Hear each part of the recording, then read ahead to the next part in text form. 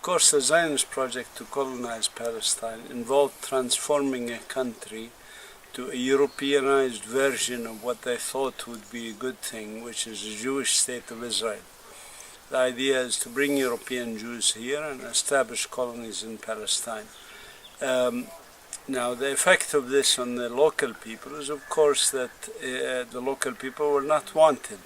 They wanted the land, but without the people. But they also wanted to reshape the land to fit their idea of a Europeanized country, basically. So they planted European trees and so on. But as far as the natives, they were unwanted, and most of us ended up as refugees. Now, the ones who remain here, like us, I remain here in the West Bank, are underdeveloped, and there's a process, intentional process of de-development, of reducing their development to make sure that we don't have an economy here. Take all sources of income from us, like agriculture, tourism, things like that are all taken over by Israel. For example, in agriculture, taking over the water, taking over the land, so that there's no more space for the local people to develop and no more natural resources to use. For example, what's the source of income in any kind of country? It is the sources of resources to use, whether it's agriculture, tourism, industry, service industry, and so on, productive natural resources. All of these things are tied to what? They are tied to the nature of the government. And so, for example, natural resources, Israel takes the natural resources, so you cannot use for agriculture. You don't have enough water to have green gardens and development. Mm-hmm. So Israel took that. If you talk about tourism, for example, the development of the tourism industry is because Israel created the conflict. And even when there are tourists who come here, like to Bethlehem here, or the Church of Nativity, only Israeli tour guides are guiding them, and they come to the Church of Nativity for 1 or 2 hours, and then they leave. They don't spend their money here. So tourism is taken over by Israel. The industry, Palestinians cannot develop industry because everything has to go through Israeli systems of import and export, and Israel doesn't allow us to import the needed equipment for industrial development. And in terms of education, of course, education is tied to economy, so there is infringement on the right to education. Me as a professor in a university is not able to function like a professor in a European university, because my students have to come through checkpoints. I have to be accommodating to them, so education suffers, so the economy suffers.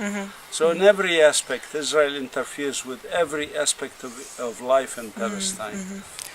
Perhaps we can still breathe air, but even that is polluted now by the Israeli industrial settlements and so forth. But every other aspect, our water, our land, our movement, our religion, religious rights, everything is impacted by the occupation. 93% of the water of the West Bank is controlled by Israel. We are allowed to use 7% of our own water, basically. And even that, some of it, Israel actually charges us money for, from our own water. And they take the rest of it for Israeli colonial Jewish settlers who are living on stolen Palestinian land.